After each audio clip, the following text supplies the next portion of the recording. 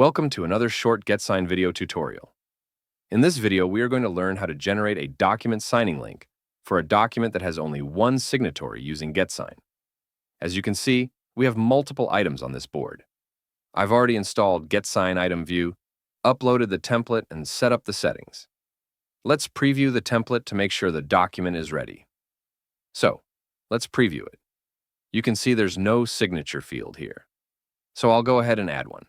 I'll drag and drop the signature field here, click on Save, and then close the editor.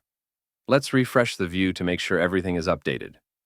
Now we'll go to the Share option again and click on Generate Link.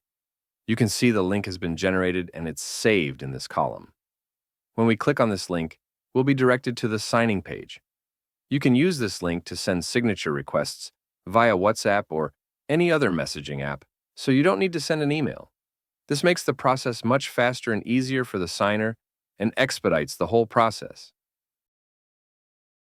Another way to generate a link is to go to the section called Get Sign, Share, and Track in the settings and choose a status column to use as a trigger for generating the link. So I've selected a status column called Generate Link, and I've set the value to Done. This means that whenever I change the status to Done, a signing link will be generated and stored in the column called Signing Link. We can save this setup. Now, when we go to the Generate Link option and change the status to Done, the automation will run. It will generate the signing link and store it in the specified column. Thank you for watching and keep using GetSign.